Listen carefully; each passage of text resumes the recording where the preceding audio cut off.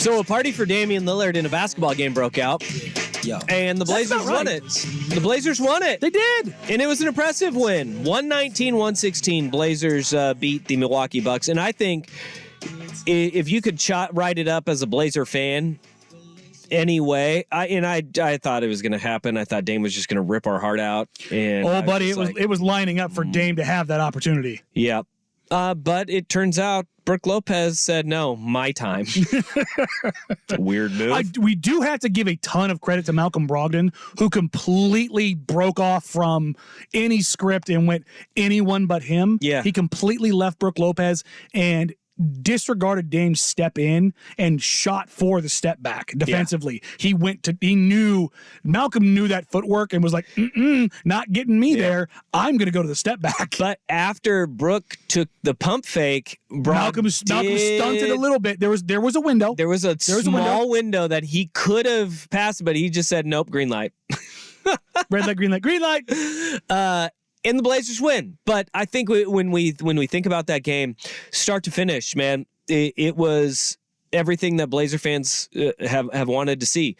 One, this team has now strung together really 4 games in a row that have been efforts and performances that the fan base can point to and say, all right, we are seeing a little bit of progress, right? And it does include that San Antonio game. Not in a row. The Bulls game was pretty bad. They just couldn't. Here's the thing.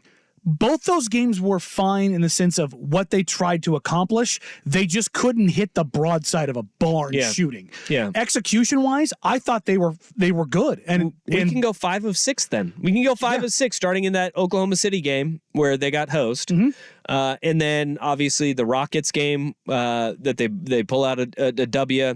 The Spurs game was to end that road trip was not nearly the abomination that it could have been. And I thought the Blazers did play hard in that game. The Bulls game was not great, but then you have the 76ers win and then this Bucks win against obviously a very shorthanded 76ers team. We're not going to give them a whole heck of a lot of credit. It is very beneficial when 2 stars are out, but this was a Bucks team that since replacing Adrian Griffin with Doc Rivers, they wanted a win in Denver. They did not get it. They come to Portland.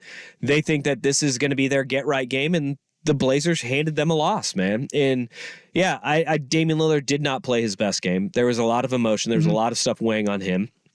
But Giannis turning the ball over 6 times was Shout out to Monty Kamara for forcing 3 of those. And that, I think, is where you go, if you're a Blazer fan, that played out the best way possible. Mm-hmm. Ant plays very well. Yes. Against his mentor. Mm-hmm.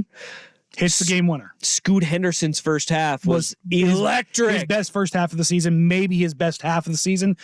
He's had better stat lines, certainly, but not against better personnel. And then Monty Kamara, a guy that you get as part of that big trade, he showed out and he played really stinking, and he did all the gritty stuff that it's like, yes, that's what you need to do. Took 3 charges from Giannis Antetokounmpo, which is the last person in the NBA you want to take a charge from, because none of those were flops. Dude he got to be sore. He got trucked. Talk to him after the game. He was feeling it. He also did a great job on Dame. Yeah. He took Dame on and made it difficult for him. And that was the thing about last night is it wasn't just Ant having a 40-point night. It wasn't just DA giving you 20 and 10. It wasn't just Jeremy Grant giving you 35 and 5. It wasn't just Malcolm Brogdon giving you 25. You look up and down. You look up and down the entire box score last night. Ant gives you 24, 5, and 3 on 10 of 19, 4 of 9. Great efficiency. Mm-hmm. You get 20 and 11 from DA, who out-battled Brook Lopez and made him work and was consistently available and opportunistic. He is adamant that on the lob to close the game that Giannis goaltended it.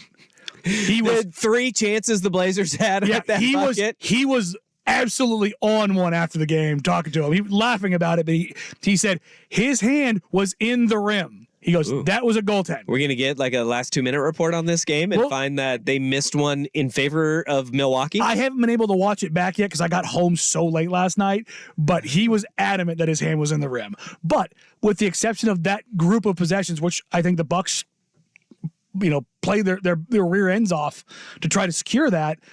DA was very effective last night and continues to be that. Jeremy started off very slow, and then he decided he wanted to take Malik Beasley and treat him like the too small meme, where he backed him under the rim 4 times in a row and said, I'm going to score. Yeah.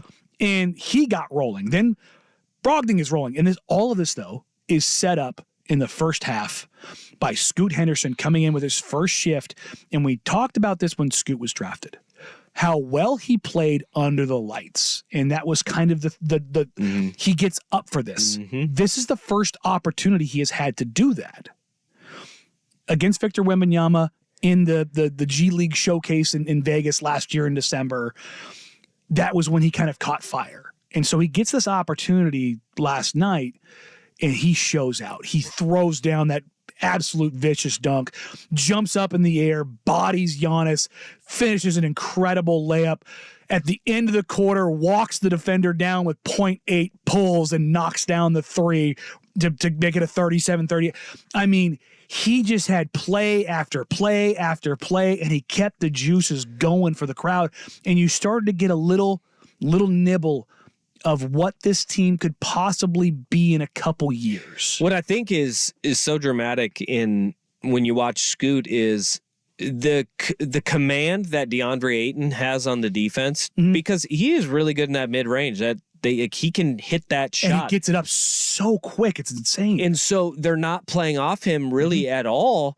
And so it opens up, spreads the floor so much better. It's a different kind of gravity, but it's there. But they've been using the vertical gravity of DeAndre Ayton, which in that pick and roll, that spot, it does open up some pockets. And Scoot is learning how to manipulate that space just a little bit better, because he just didn't have a fundamental understanding of how to do that in the NBA. That was really fun to watch. But something that I want to hit on when we get back is, there was a decision at the end that had a lot of people despite a win. There's still some feathers are ruffled. With how good Scoot Henderson played, the fact that his butt was parked on the bench when the rubber met the road.